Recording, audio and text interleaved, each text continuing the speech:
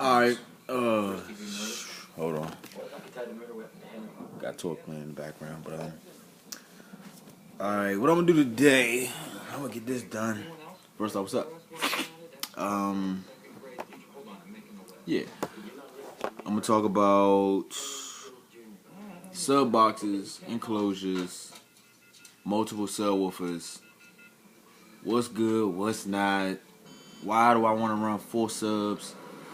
Why not just run 2? Why do I run 6, 7, blue, blue, blue, blue? I'm also gonna talk about amps. Is the 5,000 watt amp better than two 1200 watts? Or is the 4,000 watt amp better than 2,000 watts? I'm gonna talk about all that. But first off, let me start by saying this. It's your car.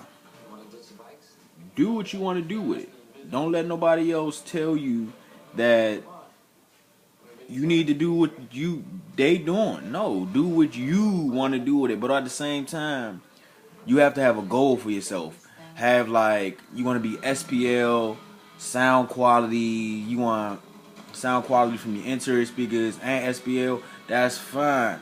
But bring that out or establish that before you start building, or you're going to be constantly building over and over and over again. And that shit gets expensive. You keep turning the same panels, it's going to make them loose. It's just going to be too much. So, first off, let me talk about, I know I didn't state it before, I'm talking about gauge wire. You got,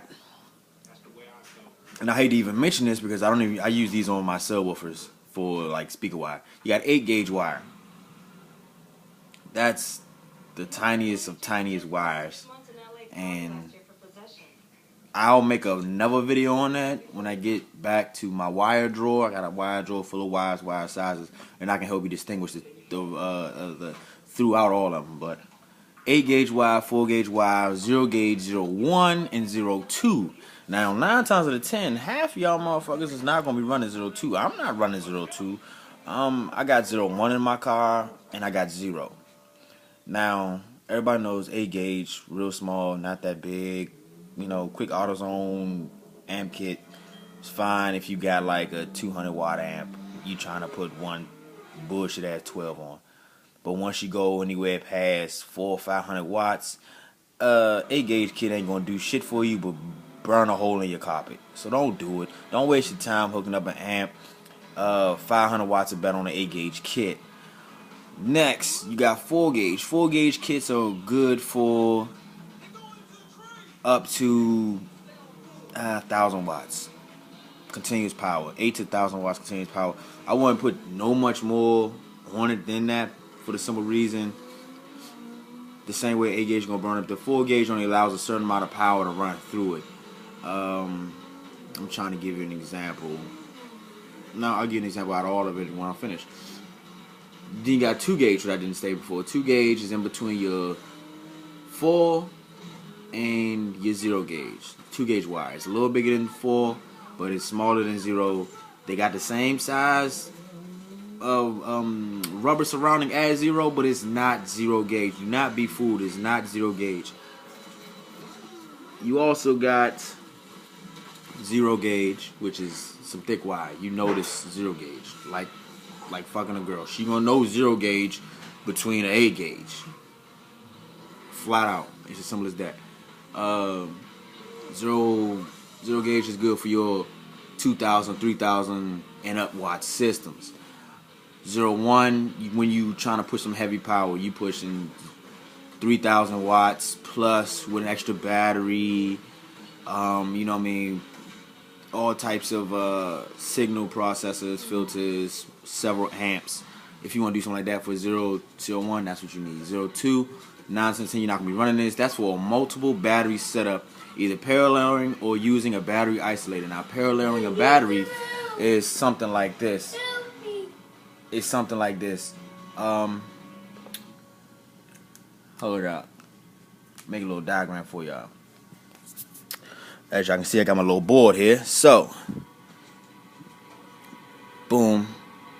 Don't get mad at the drawing skills. Bam. Those are battery. Okay? You got your positives, you got your negatives. You got your positives, you got your negatives. You got your positives, you got your negative. Paralleling a battery would bring the positive from the front to this positive, that positive to this positive, that positive to this positive, this negative to this negative to this negative, and then grounding it off. That's paralleling a battery.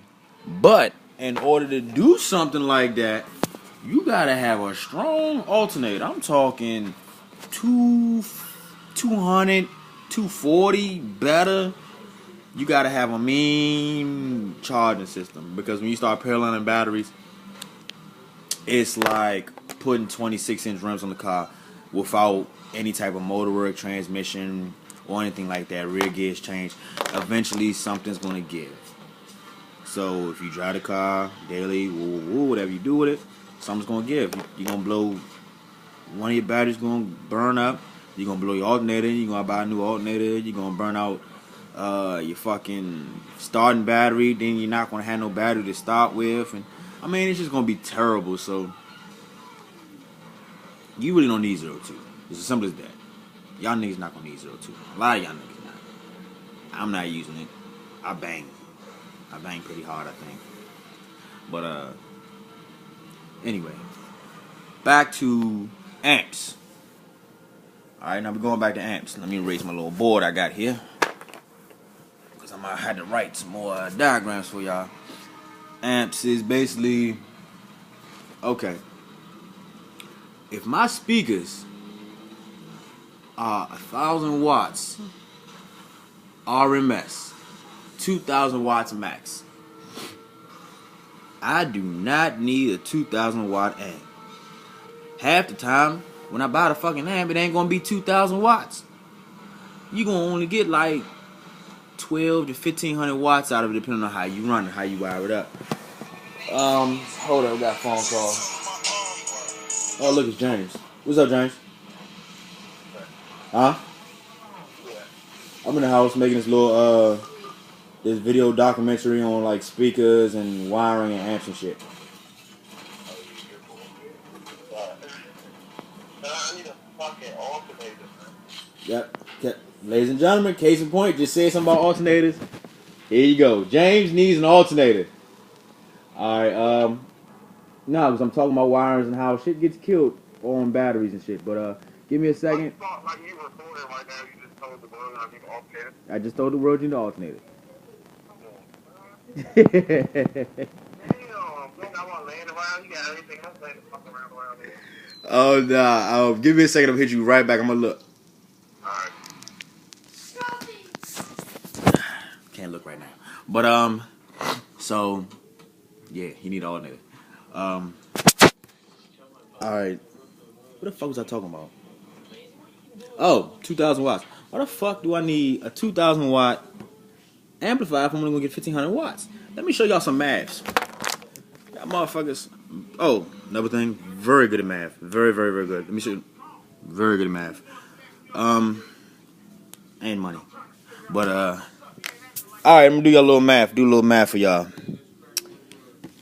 If your speaker is 1,000 watts RMS, okay? Boom. That means it's 2,000 watts max. And that's with any sub. Any sub is usually, whatever the RMS is, you double that and usually get your max out of your speaker. Some speakers might say 1,000 watts RMS, 2,000 watts max. No, it's always 1,000 watts to 2,000. Okay, you're not gonna put 3,000 watts to a speaker that's got 1,000 watt RMS. Anyway, long story short, 1,000 watts RMS, 2,000 watts max. In order to move the speaker to efficiency, you only need 1,000 watts. Okay? So at the most, put 12 to 1,500 watts pure power on that damn speaker. Okay? Anything more than that, at 2,000 watts, they're telling you you're going to blow the damn speaker. Get a good look at that. Anything more than that, at 2,000 watts, you're going to blow the damn speaker.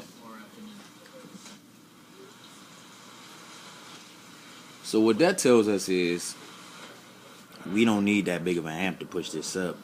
So, check me. Oh, don't mind the plate and the orange juice right there. I just got finished eating. But so what that tells me is